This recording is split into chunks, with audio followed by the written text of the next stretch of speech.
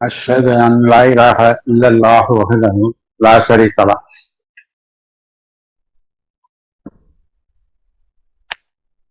இன்ஷா அல்லாஹ்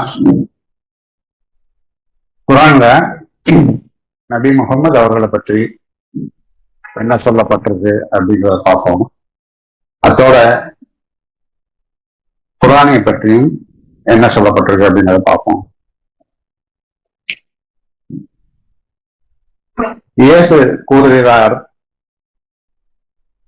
இன்னும் அதிகம் பாராட்டப்பட்டவர் எனும் பொருள் கொண்ட அகமது என்றும் அழைக்கக்கூடிய ஒரு தூதரை பற்றிய நற்செய்தியை நான் கொண்டு வந்திருக்கின்றேன் அப்படின்னு சொல்றார். அவருக்கு அவருடைய சமூகத்திட்ட சொல்றாரு, எனக்கு பின்னாடி மிகவும் புகழப்பட்டவராக பாராட்டப்பட்டவராக ஒரு தூதர் வருவார் அப்படின்னு சொல்றாரு. அதனை கடவுள் நமக்கு குர்ஆன்ல ஞாபகப்படுத்துறாரு. இந்த மாதிரி ஜீசஸ் சொன்னார் அப்படிங்கிறது அது ஒரு முன்னறிவிப்பா இருக்கு. மிக்க அருளாளரும் மிக்க கருணையாளருமாகிய கடவுள் நபி முகமது அவர்களை குறித்தும் அவர்களுக்கு வழங்கப்பட்ட குர்ஆன் குறித்தும் என்ன அறிவுறுத்துகின்றார் என்பதை குர்ஆனிலிருந்து காண்போம். சூரா 47 முகம்மது நபி அவர்களின் பெயரை தலைப்பாக கொண்ட ஒரு சூரா. அதன் 2 மற்றும் 3வது வசனங்களில் முகம்மதிற்கு இறக்கி அனுப்பப்பட்ட அந்த குர்ஆன் அவர்களுடைய இரட்சகரிடமிருந்து வந்த சத்தியம் ஆகும் என்று அறிவுறுத்துகின்றார். இந்த குர்ஆன் மட்டும் கடவுள்கிட்ட வந்த சத்தியமாக இருக்குது. மேலும் யாரெல்லாம் கடவுளை நம்பி நன்னறியான காரியங்கள் புரிந்து முகமதிற்கு இறக்கி அனுப்பப்பட்டதில் நம்பிக்கை கொள்கின்றாரோ அவர்களுடைய பாவங்களை கடவுள் தள்ளுபடி செய்து விடுகின்றார். மேலும் மன திருப்தியை கொண்டு அவர்களுக்கு அருள் பாலிக்கின்றார் என்றும் கடவுள் அறிவுறுத்துகின்றார்.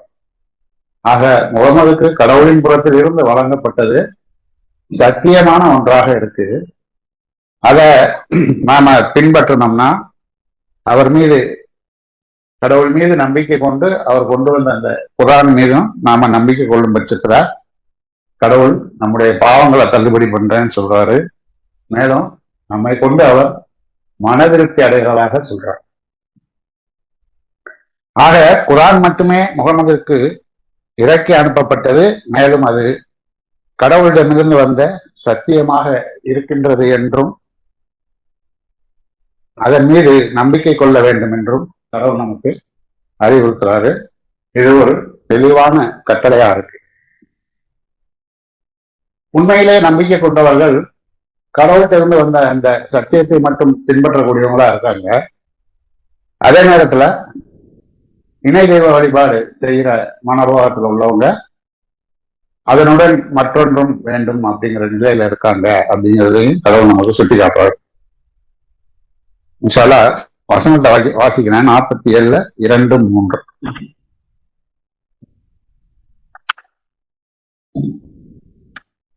எவர்கள் நம்பிக்கை கொள்வதுடன் நன்னடியான காரியங்கள் புரிந்து மேலும் முகமதுக்கு இறக்கி அனுப்பப்பட்டதில் நம்பிக்கை கொள்கின்றனரோ அது அவர்களுடைய இரட்சகரிடமிருந்து வந்த சத்தியமாகும். அவர்களுடைய பாவங்களை அவர் நீக்கி விடுகின்றார். மேலும் மன திருப்தியை கொண்டு அவர்களை ஆதரிக்கின்றார். இது ஏனெனில் நம்ப மறுப்பவர்கள் பொய்மையை பின்பற்றுகின்றனர். அதே சமயம் நம்பிக்கை கொண்டவர்களோ தங்களுடைய இரட்சகரிடமிருந்து வந்த சத்தியத்தை பின்பற்றுகின்றனர். கடவுள் விதமாக மக்களுக்கு அவர்களது உதாரணங்களை எடுத்துரைக்கின்றார்.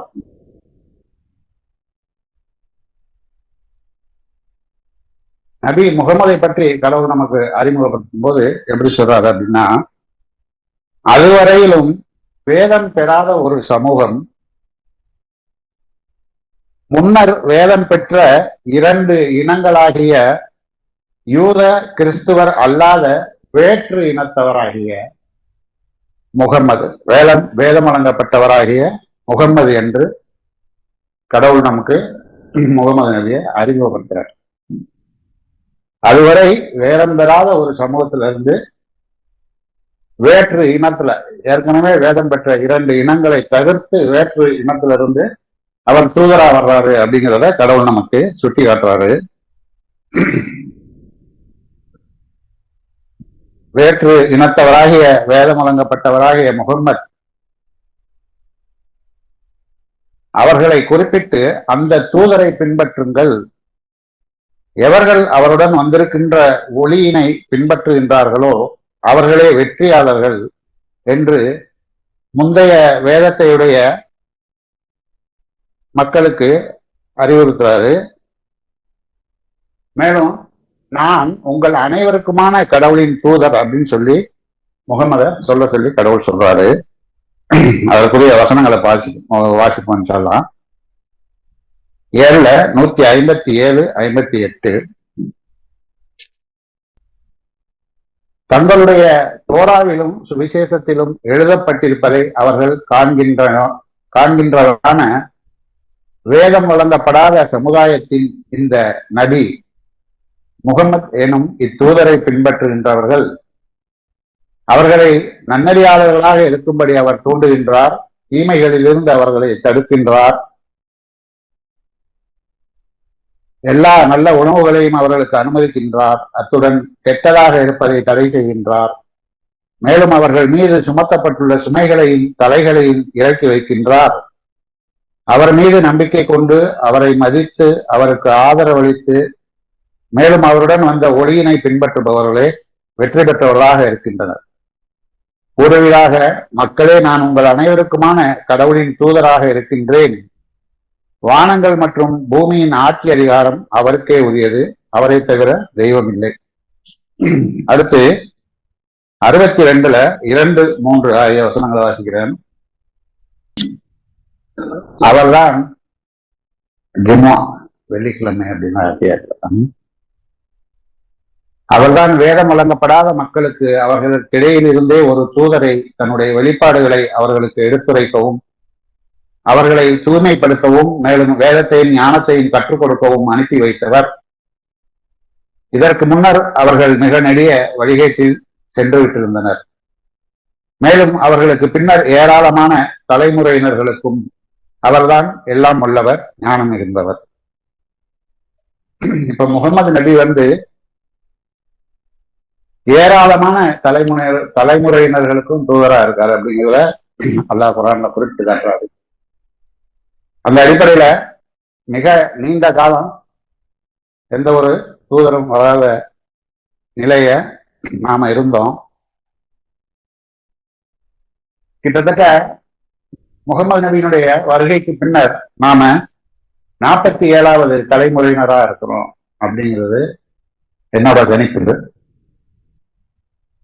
அப்ப ஏராளமான தலைமுறையினருக்கு அவர் தூதரா இருக்காரு. மேலும் இந்த உலகத்தில் இருக்கக்கூடிய மக்கள் அனைவருக்குமான தூதரா இருக்காரு அப்படின்னு சொல்லி அவரையே அல்லாஹ் குறிப்பிட்டு சொல்றாரு.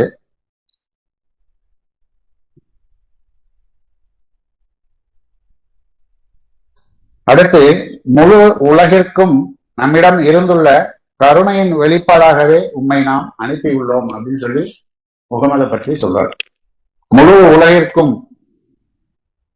இன்றைய உலகம் முழுவதும் இன்றளவும் வசிக்கக்கூடிய ஒட்டுமொத்த மனித சமூகத்திற்கும் கடவுளின் அருட்கொடையாகிய குர்ஆனை முகமது நபி அவர்கள் வாயிலாக நமக்கு வழங்கியதால் அவர் கடவுளின் கருணையின் வெளிப்பாடாக அனுப்பப்பட்டவர் என்று கடவுள் நமக்கு அறிவித்தார். ஏன்னா கடவுள் தூதர்களையும் வேதங்களையும் அனுப்புகிறது அவருடைய புறத்தில் இருந்து கொடுக்கக்கூடிய அருளாகவும் கருணையாகவும் குறிப்பிடுறாரு. அந்த அடிப்படையில முகமதை நமக்கு தூதராக அனுப்பினது கடவுளின் புறத்துல இருந்து வந்த ஒரு பெரிய கருணையா இருக்கு, கருணையின் வெளிப்பாடா இருக்கு அப்படிங்கிறத கடவுள் சுட்டி காட்டாரு.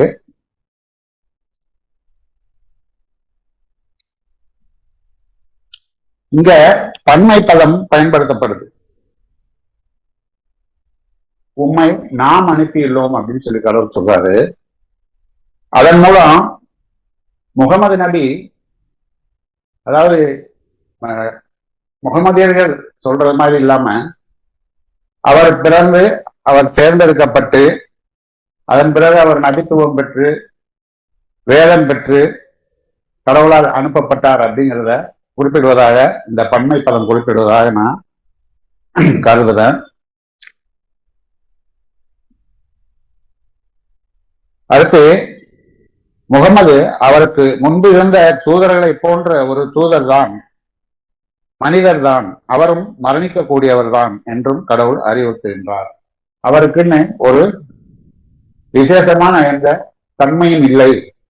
அவர் எல்லா தூதர்களை போன்ற ஒரு மனிதர் தான், மனித தூதர் தான் அப்படிங்கிறதையும் கடவுள் நமக்கு குறிப்பிட்டு காட்டுறாரு. அது இன்ஷா அல்லாஹ் வசனம் வாசிக்கிறேன். 3:144, 39:30. நிச்சயமாக முகமதே, நீர் மரணிப்பீர், அவர்கள் மரணிக்கப் போகின்ற அதே போல் முகமது அவருக்கு முன்னர் இருந்த தூதர்களை போன்ற ஒரு தூதர் என்பதை விட அதிகம் எதுவுமாக இருந்ததில்லை. அவரை இறந்து விட்டாலோ அல்லது கொல்லப்பட்டு விட்டாலோ உங்களுடைய குதிகால்களின் மீது நீங்கள் புறங்காட்டி திரும்பி விடுவீர்களா அப்படின்னு சொல்றாரு. இப்ப முகமது ஒரு சாதாரண மனித தூதர், அவர் இறந்துட்டாருந்தா அதற்காக நீங்க மார்க்கத்தை விட்டு போயிடுவீங்களா அப்படின்னு கேட்கிறாரு கடவுள். கடவுளும் அவருடைய வெளிப்பாடுகளையுமே நாம பெரிதென கொள்ளணும், முகமதை நாம பெரிதென கொள்ள வேண்டியதில்லை அப்படிங்கிறத கடவுள் நமக்கு கற்றுத்தர்றாரு.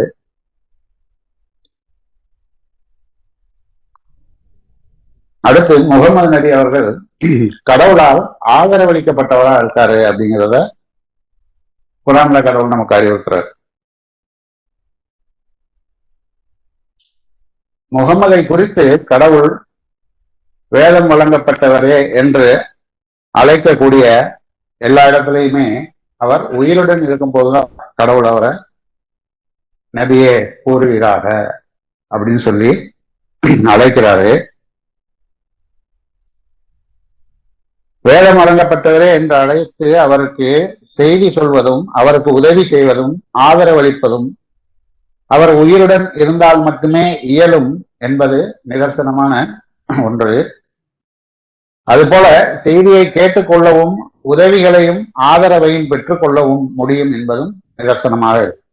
இப்போ எனக்கு ஒருத்தர் ஒரு செய்தி சொல்றாருன்னா அதை நான் கேட்டுக்கொள்றதுக்கு நான் உயிரோடு இருந்தால்தான் அது சாத்தியம். மரணித்த நிலையில இருக்கும்போது எனக்கு என்னோட யாரும் தொடர்பு கொள்ள முடியாது இல்லையா, அது நிதர்சனமா இருக்கு. அப்ப முகமது நபி அவர்கள் கடவுளால் ஆதரவளிக்கப்பட்டார், உதவி செய்யப்பட்டார். அதுபோல நம்பிக்கையாளர்களும் அவருக்கு ஆதரவளிக்கணும், உதவி செய்யணும் அப்படிங்கிற வசனத்தின் அடிப்படையில இன்றைய முஸ்லிம்கள் தவறான சில செய்திகளை செய்யறாங்க. ஆனா இந்த கடவுள் அவருக்கு ஆதரவும் உதவியும் எப்ப கொடுத்த அப்படிங்கிறத நாம அதனுடைய தொடர்புப்பட்ட வசனங்களை வச்சு பார்க்கும்போது போர் காலகட்டங்கள்ல கடவுள் அவருக்கு அந்த மாதிரி உதவி செய்திருக்காரு. முகமது நபி அவர்கள் தன்னுடைய நபித்துவத்தை செயல்படுத்தும் காலகட்டத்தில் அவர் பல போர்க்களங்களை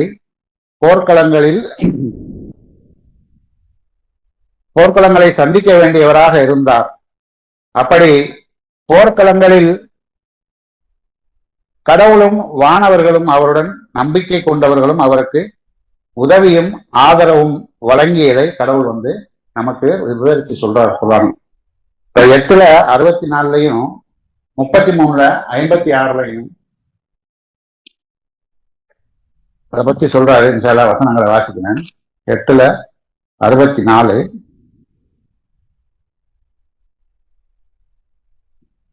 நபியே, உம்மைத்தான் கடவுள் உமக்கு போதுமானவர், மேலும் உம்மை பின்பற்றிய நம்பிக்கையாளர்கள், கடவுளும் உம்மை பின்பற்றக்கூடிய நம்பிக்கையாளர்களும் இந்த போர் காலத்துல உனக்கு உதவி செய்யறதுக்கு போதுமானவர்களாக இருக்காங்க அப்படிங்கிறத சொல்றாரு. அது போல 33:56 நபியினுடைய வாழ்நாளின் போது அப்படின்னு உபதலைப்பு கொடுக்குறது. அவர் உயிரோட இருக்கும்போது கடவுளும் அவருடைய வானவர்களும் நபிக்கு உதவியும் ஆதரவும் அளிக்கின்றனர். நம்பிக்கை கொண்டோரே உங்களைத்தான் நீங்கள் அவருக்கு உதவியும் ஆதரவும் அளிக்க வேண்டும். மேலும் எவ்வாறு அவர் மதிக்கப்பட வேண்டுமோ அவ்வாறு அவரை மதியுங்கள் அப்படின்னு சொல்றாரு. இந்த கடவுளும் வானவர்களும் ஆதரவளிக்கிறாங்க, அதனால நம்பிக்கை கொண்டவர்களும் நீங்கள் ஆதரவளியுங்கள் அப்படின்னு சொல்லி அவரோட காலத்துல அவர் கூட நம்பிக்கை கொண்ட சமூகத்தை பார்த்து தான் கடவுள் சொல்றார். இன்றைக்கு நம்மை பார்த்து சொல்லல. நாம எப்படி உயிரோட இல்லாத ஒருத்தருக்கு ஆதரவும் உதவி நாம எப்படி செய்ய முடியும் இல்லையா? அப்ப அது அன்றைய காலகட்டத்துல அவர் கூட இருந்த அவருடைய தோழர்களுக்கு கடவுள் இட்ட கட்டளையா அது இருக்கு அப்படிங்கிறத பார்க்கிறோம். இன்ஷா அல்லாஹ் தொடர்ந்து பார்ப்போம். தூபு இலல்லாஹ். அல்ஹம்துலில்லாஹ் அஷ்ஹது அன் லா இலாஹ இல்லல்லாஹ் வஹ்தஹு லா ஷரீக லஹ்.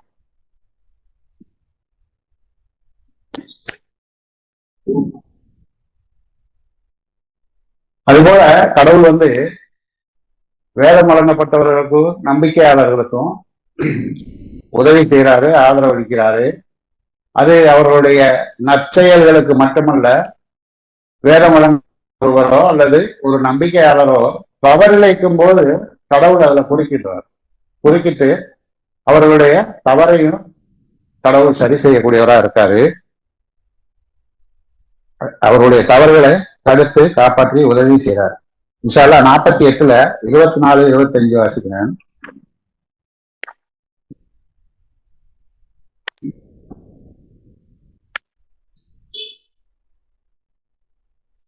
அவர்தான் உங்களுக்கு எதிரான அவர்களுடைய அத்துமீறுகின்ற கரங்களை தடுத்து நிறுத்தினார். மேலும் அவர்கள் மீது உங்களுக்கு அவர் வெற்றியை வழங்கிய பின்னர் மக்கா பள்ளத்தாக்கில் அவர்களுக்கு எதிரான உங்களுடைய அத்துமீறல் கரங்களை தடுத்து நிறுத்தினார். நீங்கள் செய்கின்ற ஒவ்வொன்றையும் கடவுள் பார்ப்பவராக இருக்கின்றார். இப்ப மக்காவை வெற்றி கொண்டு மக்காவுக்குள்ள போகும்போது நம்பிக்கையாளர்கள் அந்த மக்கா பள்ளி அதை சுற்றி உள்ளவங்களை தாக்க எத்தனிக்கிறாங்க. ஏன்னா அவங்க எல்லாருமே எதிரிகளா இருப்பாங்க அப்படிங்கிற ஒரு எண்ணத்துல. ஆனா அவர்களோடு தங்களுடைய நம்பிக்கையை மறைத்து வைத்துக் கொண்ட நம்பிக்கையாளர்களும் இருக்கிறாங்க அப்படிங்கிறத நீங்க அறிய மாட்டீங்க. அங்க உங்களுடைய கரங்களை நான் தடுத்து நிறுத்தினேன் அப்படின்னு சொல்லி தவறிழைக்க விடாமல் நம்பிக்கையாளர்களை தடுத்து நிறுத்துறார். மக்கா பள்ளத்தாக்கில் அவர்களுக்கு எதிரான உங்களுடைய அத்துமீறல் கரங்களை தடுத்து நிறுத்தினார் அப்படின்னு சொல்றார். அவர்கள் நம்ப மறுத்து புனித பள்ளியை உங்களை விட்டு தடுத்தவர்கள், மேலும் உங்களுடைய அர்ப்பணங்கள் அவற்றிற்குரிய சேருமிடத்தை அடைவதையும் கூட தடை செய்தவர்கள். அங்கே நீங்கள் அறிந்திராதவர்களான நம்பிக்கை கொண்ட ஆண்களும் பெண்களும் இருந்தனர். மேலும் நீங்கள் அறியாத நிலையில் அவர்களுக்கு தீங்களை இருந்தீர்கள். கடவுள் விதமாக தான் நாடுகின்ற எவரையும் தன்னுடைய கருணைக்குள் நுழைய அனுமதிக்கின்றார். அப்ப நாம அறியாத நிலையில தவறு செய்தாலும் ஒரு உண்மையான நம்பிக்கையாளர்களாக இருக்கும் பட்சத்துல கடவுள் நம்மளை அந்த தவறுல இருந்து காப்பாற்றக்கூடியவரா இருக்காரு அப்படிங்கிறதையும் கடவுள் நமக்கு அறிவுறுத்துறாரு.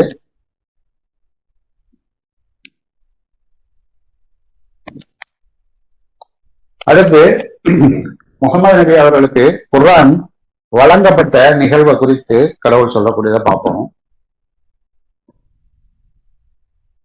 முகமது நபி அவர்கள் தன்னுடைய விண்ணுலக பயணத்தை பற்றி தன்னுடைய சகாக்கள்கிட்ட சொல்றாரு. போயிட்டு வந்த பிறகு தன்னுடைய தோழர்கள்ட்ட இந்த மாதிரி நான் விண்ணுலக பயணம் போனேன், கடவுள் எனக்கு இன்னும் நிலைகளை காட்டினாரு, எனக்கு வேதத்தை கொடுத்தாரு அப்படிங்கிறத அவர் சொல்றாரு. அப்படி சொல்லும்போது அவருடைய சகாக்கள் அவரை சந்தேகப்படுறாங்க. அவர் சொல்றது உண்மையா இருக்குமா அப்படின்னு சந்தேகப்படக்கூடியவர்களா இருக்காங்க. அப்ப அதன் பொருட்டு கடவுள் அவருக்கு ஆதரவாக பேசுறார். என்ன சொல்றாருன்னா, அவர் சுய விருப்பத்தின்படி பேசல, தனக்கு ஏற்பட்ட நிகழ்வுகள் குறித்து கடவுள் அவருக்கு அளித்த தெய்வீகமான அந்த உணர்வின் அடிப்படையில தான் அவர் பேசுறாரு அப்படின்னு சொல்லி அன்றைய நிகழ்வுகளை கடவுள் குர்ஆன்ல நமக்கு விவரிக்கிறார். 53ல 1 to 18 வரையும் கடவுளின் பெயரால் மிக்க அருளாளர் மிக்க கருணையாளர். நட்சத்திரங்கள் வீழ்ந்து விலகிச் செல்வது போல் உங்களுடைய தோழர் முகமது வழி தவறியவராக இருக்கவில்லை, அன்று அவர் ஏமாற்றப்பட்டவராகவும் இருக்கவில்லை. இப்ப நாம ட்ரெயின்ல பயணிக்கும் போது பார்த்திருப்போம், மரங்கள், மின்கம்பங்கள் நம்ம போகக்கூடிய வேகத்துல வீழ்ந்து செல்வது மாதிரி நமக்கு ஒரு மாய தோற்றம் தெரியும். அதுபோல நட்சத்திரங்கள் வீழ்ந்து செல்லுதுன்னு சொல்றாரு. இந்த 40 அடி 30 அடிக்கு ஒரு கம்பம் இருக்கும், அதுவே நமக்கு பாஸ்டா வீழ்ந்து போற மாதிரி தெரியும். ஆனா நட்சத்திரங்கள் ஒன்றுக்கொன்று எத்தனை ஒளி ஆண்டுகள் தூரம், அப்படிப்பட்ட அதிக தொலைவில் உள்ள நட்சத்திரங்கள் கூட வீழ்ந்து செல்வது போன்ற வேகத்துல அவர் அழைத்து செல்லப்பட்டார் அப்படின்னு சொல்லி கடவுள் நமக்கு சொல்றாரு. உங்களுடைய தோழர் முகமது வழி தவறியவராக இருக்கவில்லை, அன்று அவர் ஏமாற்றப்பட்டவராகவும் இருக்கவில்லை. அவரு வழி தவறாக ஏமாற்றப்படல. அன்று அவர் சுய விருப்பத்தின்படியும் பேசவில்லை, தெய்வீக உள்ளுணர்வாகவே அது இருந்தது. மிகுந்த சக்தியுடையவரால் எடுத்து கூறப்பட்டது. அனைத்து அதிகாரங்களுக்கும் உடைமையாளர். அவரது அதி உயரமான உயரத்தில் இருந்து மிக உயரமான அடிவானத்தில். இப்ப முகமது உங்கள்ட்ட சொல்றதெல்லாம் உண்மை, அவருக்கு கடவுள் உள்ளுணர்வு அடித்தபடி சொல்றாரு. கடவுள் அவரை எப்படி சந்தித்தார் அப்படிங்கிறத இதுல விவரிக்கிறார். கடவுளுடைய சாம்ராஜ்யத்துல அடிவானம் அப்படிங்கிறது முதல் வானத்தின் அடிவானம். இது முதல் வானத்தின் அடிவானம்னா இது இரண்டாவது வானத்தின் மேல் வானமா இருக்கு, இப்படி அடுக்கடுக்காதானே இருக்கு. அப்ப முதல் வானத்தின் அடிவானத்துக்கு தான் கடவுள் வர்றாரு. முகமது எங்க போறாருன்னா மிக உயரமான அடிவானத்தில் இறங்கி வருவதன் மூலம் அவர் மிக அருகில் நெருங்கி வந்தார். சாத்தியமான அளவு மிக அருகில் அவர் ஆகுமறை. முகமதுக்கு எவ்வளவு நெருக்கமா வர முடியுமோ அவ்வளவு நெருக்கமா முதல் வானத்தின் அடிவானத்து வரையும் கடவுள் வர்றாரு. அவர் நேர சந்திக்கல முகமது. அதுபோல முகமது முதல் வானத்துக்குள்ள போகவும் இல்லை. பின்னர் வெளிப்படுத்தப்பட இருந்தவற்றை தன் ஊழியருக்கு அவர் வெளிப்படுத்தினார். மனமானது அது கண்டவற்றை ஒருபோதும் உருவாக்கி கொள்ளவில்லை. அவர் கண்டவற்றை நீங்கள் சந்தேகிக்கின்றீர்களா? அவர் சுயமா கற்பனை பண்ணி உங்கள்ட்ட எதுவும் சொல்லல. அவர் கண்டவற்றை நீங்கள் சந்தேகிக்கின்றீர்களா? சந்தேகப்படாதீங்க, அது சத்தியமானது. கடவுள்கிட்ட இருந்து அவருக்கு வழங்கப்பட்ட ஒன்று அருட்கொடையா இருக்கு அப்படின்னு சொல்லி சொல்றாரு. அவர் மற்றொரு இறங்குதலிலும் அவரை கண்டார். மிக தொலைவில் உள்ள இடத்தில், அந்த இடம் முழுவதும் நிரந்தரமான சுவனம் அமைந்திருக்கும் இடத்தில் அந்த இடம் முழுவதும் மூழ்கி இருந்தது. கண்களானது தடுமாறவில்லை, அன்று குருடாகி போகவும் இல்லை. அவர் தன் இரட்சகரின் மிக பெரும் அத்தாட்சிகளை கண்டார். அப்ப அங்க இரண்டாவது இடத்துல சுவனம் அமைந்திருக்கக்கூடிய இடத்துல, சுவனத்துல எல்லா விஷயங்களையும் முகமது நபிக்கு கடவுள் காட்டுறாரு. அவர் எல்லாத்தையும் பார்த்துட்டு தன்னுடைய சகாக்கள்கிட்ட அதை குறித்து சொல்றாரு. அடுத்து ஒரு குறிப்பிட்ட நிகழ்வுக்கு பின்னாடி முகமது நபிக்கு வகி அறிவிக்கப்படுகிறது நிறுத்தப்படுது. அப்ப முகமது நபி அச்சமடைகிறாரு. தவறு எதுவும் நம்ம பண்ணிட்டோமா அப்படிங்கிற மாதிரி. இதுவரையும் நாம வகையாக பெற்றதெல்லாம் ஒரு பிரம்மையா, நிஜமாவே நடந்ததா, இல்ல நாம தான் எதுவும் பிரம்மையா இருந்தோமா அப்படிங்கிற மாதிரி அவருக்கு ஒரு சந்தேகம் வருது. அப்போதும் கடவுள் அவருக்கு ஆதரவளித்து உம்முடைய இரட்சகர் உம்மை ஒருபோதும் கைவிடவில்லை அப்படின்னு சொல்றார். உம்முடைய இரட்சகர் வழங்கிய அருட்கொடைகளை நீர் வெளிப்படையாக அறிவிக்க வேண்டும் அப்படின்னு சொல்லி அவருக்கு அறிவுறுத்துறாரு. இன்ஷால்லா 93ல 1-11 உள்ள வரை உள்ள வசனங்கள் வாசித்து இன்ஷால்லா நிறைவு செய்வோம். 93 முற்பகல். கடவுளின் பெயரால் மிக்க அருளாளர் மிக்க கருணையாளர். முற்பகலின் மீது இரவின் மீது அது கவிழும் போது உம்முடைய இரட்சகர் ஒருபோதும் உம்மை கைவிட்டு விடவில்லை, அன்றி அவர் மறந்து விடவும் இல்லை. அப்ப அவருடைய சந்தேகத்தை தெளிவுபடுத்துறாரு. சிறிது காலம் அவருக்கு வகி நிறுத்தப்பட்டிருந்தது. அது ஏன்னா அவர் கடவுள் அவருக்கு வழங்கியதை வெளிப்படுத்தாம கொஞ்சம் தயக்கத்தோட இருந்தாரு அப்படிங்கிறதுனால அவருக்கு அதை சுட்டி காட்டணும் அப்படிங்கிறதுக்காக அந்த ஒரு நிகழ்வு கடவுள் நிகழ்த்துறாரு. உம்முடைய இரட்சகர் ஒருபோதும் உம்மை கைவிட்டு விடவில்லை, அன்றி அவர் மறந்து விடவும் இல்லை. முந்தைய வாழ்வான இதனை விடவும் மறு உலகமானது உமக்கு மிகவும் மேலானதாக உள்ளது. மேலும் உம்முடைய இரட்சகர் போதுமான அளவு உமக்கு தருவார். நீர் திருப்தி அடைந்தவராக இருப்பீர். அனாதையானவராக உம்மை அவர் கண்டு மேலும் உமக்கு ஒரு வீட்டை அவர் தரவில்லையா? வழிதவறியவராக உம்மை அவர் கண்டார், உம்மை வழிநடத்தினார். ஏழையாக அவர் உம்மை கண்டார், உம்மை செல்வந்தராக்கினார். ஆதலால் அனாதையை நீர் கைவிட்டு விட வேண்டாம், அன்றி பிச்சை எடுப்போரை நீர் கடுகெடுக்கவும் வேண்டாம். உம்முடைய இரட்சகர் உம்மீது அருளிய ஆசீர்வாதங்களை நீர் பிரகடனம் செய்ய வேண்டும். அப்ப அவருடைய பாலிய காலத்திலிருந்து கடவுள் அவரை தேர்ந்தெடுத்ததுனால அவருக்கு ஆதரவளிக்கக்கூடியவரா இருந்தார். அவரே அனாதையா இருந்தாரு. அப்ப ஆதரவளிச்சு அவருக்கு ஒரு வீடு, ஒரு குடும்பத்தை உண்டாக்கி கொடுக்குறாரு. அவர் ஏழ்மையா இருந்தாரு, அவருக்கு செல்வத்தை கொடுத்தேன் அப்படின்னு சொல்றாரு. அப்ப பாலிய காலத்துல இருந்தே கடவுள் அவருக்கு ஆதரவளிச்சுட்டு வர்றாரு அப்படிங்கிறத கடவுள் நமக்கு சொல்லி காட்டுறாரு. வழிதவர்கள் அதுல இருந்தாரு அவரு, அதனால அவரை வழிநடத்தினேன் அப்படிங்கிறதையும் சொல்றாரு. ஆக கடவுளால் தேர்ந்தெடுக்கப்பட்டவர்களுக்கு கடவுள் ஆதரவும் உதவியும் அளிக்கிறாரு. அவர்கள் தவறு செய்வதிலிருந்து காப்பாற்றுவேன் அப்படின்னு சொல்றாரு. அப்ப நாம ஒரு உண்மையான நம்பிக்கையாளர்களாக கடவுளுடைய பொருத்தத்தை தேடியவாறு நாம கடவுளுடைய கட்டளைகளை பின்பற்றி ஒரு உண்மையான நம்பிக்கையாளர்களாக இருந்தோம்னா கடவுள் நமக்கு தொடர்ந்து ஆதரவளிக்கக்கூடியவரா இருக்காரு, உதவி செய்யக்கூடியவரா இருக்காரு. இன்ஷா அல்லாஹ் நாம அத்தகைய பொருத்தத்தை கடவுள்கிட்ட இருந்து பிரார்த்தனை செய்து நிறைவு செய்கின்றேன். ஹக்கீம் சலாம்.